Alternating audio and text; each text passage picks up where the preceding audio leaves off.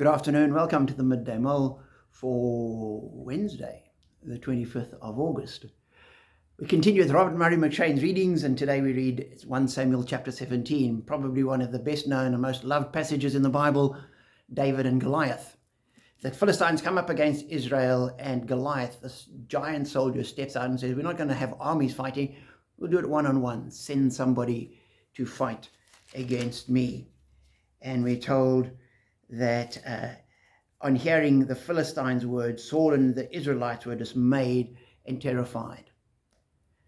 A little while later, we're not told how long later, David arrives at the camp with some supplies for his brothers, and at that point, Goliath comes out, shouts his defiance, and David starts questioning what's going on here. And he asks the people round about him, what will be done for the man who kills this Philistine and removes this disgrace from Israel?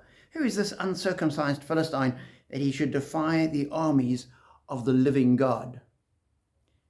And David's attitude gets reported to Saul, who finds out, will he go and fight? And David says, of course I'll fight him. I fought bears and lions. This Philistine doesn't scare me. Saul tries to dress him in his armor, but David says, no, I can't fight with that. I'm not used to it. And he goes out dressed as a shepherd to take on Goliath. And as he does this, Goliath looks and sees this young boy coming towards him. And we're told, he says, am I a dog that you come at me with sticks? And the Philistine cursed David by his gods and said, come here and I'll give your flesh to the birds of the air. And David runs forward. And as he approaches Goliath, he says to him, you come against me with sword and spear and javelin, but I come against you in the name of the Lord Almighty, the God of the armies of Israel, whom you have defied. This day the Lord will deliver you into my hands, and I'll strike you down and cut off your head, which is exactly what happens. And as I read that, I was thinking about it, thinking, Saul and the armies and David's brothers didn't read the situation wrong. They made an absolutely accurate assessment of what they were facing. Here was this giant of a man, powerful as anything, well-trained, been fighting all his life. They didn't stand a chance. That was the plain physical reality. When David looks at it, he sees beyond the reality. He sees that you're not just fighting and insulting us, you're insulting God. And David knew what God had done. He'd beaten the Egyptians. He'd brought them through the Red Sea. They'd got into the promised land. He knew what God could do.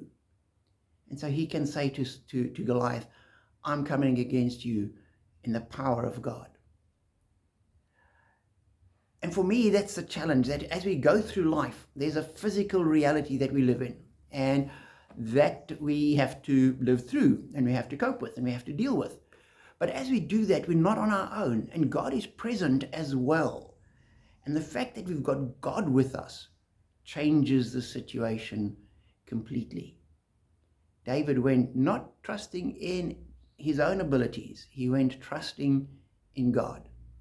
And so as we go through life, we need to be doing the same thing. Let us not be overwhelmed by the material universe and the realities we see there. We must always remember there's a God behind it all, and that God is with us. And therefore, we have the victory. Be encouraged as you go through life with this reality.